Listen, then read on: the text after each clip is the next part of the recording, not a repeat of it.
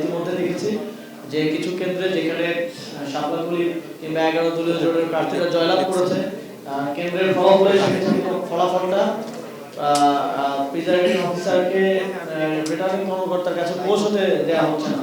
ঢাকা 8 কার্যক্রম কেন্দ্র থেকে কেন্দ্রে এই ঘটনা ঘটেছে, সেখানে আমাদের প্রার্থী অনেক এগিয়ে আছেন, কিন্তু প্রিজাইডিং কর্মকর্তাকে অবরুদ্ধ করে রাখা হয়েছে। ছাত্রদল এবং বিএনপি নেতাকর্মীরা বলছেন যে তারা এই ফলাফল মানেন না এবং তারা এই ফলাফলটা পৌঁছাতে দিচ্ছেন না রিটার্নিং কর্মকর্তার কাছে। ফলে এই ধরনের ঘটনা ঘটছে। এবং ঢাকাতে আরেকটা বিষয় আমরা উল্লেখ করতে চাই যে আমরা দেখলাম যে বিএনপির যে প্রার্থী আছেন মির্জা আব্বাস, তার ওয়াইফ নিজে দাঁড়িয়ে থেকে ভোট গণনা তদারকি করছেন। তিনি কি প্রিজাইডিং অফিসার নাকি রিটার্নিং কর্মকর্তা আমরা জানি না।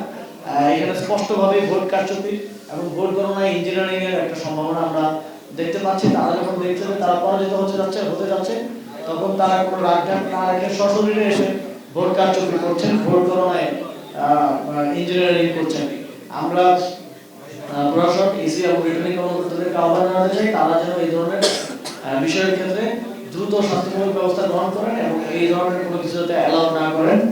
এবং আমরা দেখেছি যে ইসির পক্ষ থেকে অনেক রিটার্নিং কর্মকর্তাদেরকে একটা মৌখিক নির্দেশনা তারা দিয়েছেন। তারা কোনো লিখিত নির্দেশনা দেননি, তারা মৌখিকভাবে বলেছেন যে মার্কার বক্সের বাইরে যে ভোট পড়েছে বা সিল পড়েছে সেটা সাধারণত গণনা হওয়ার কথা না, সেটা হচ্ছে ফল্ট ভোট।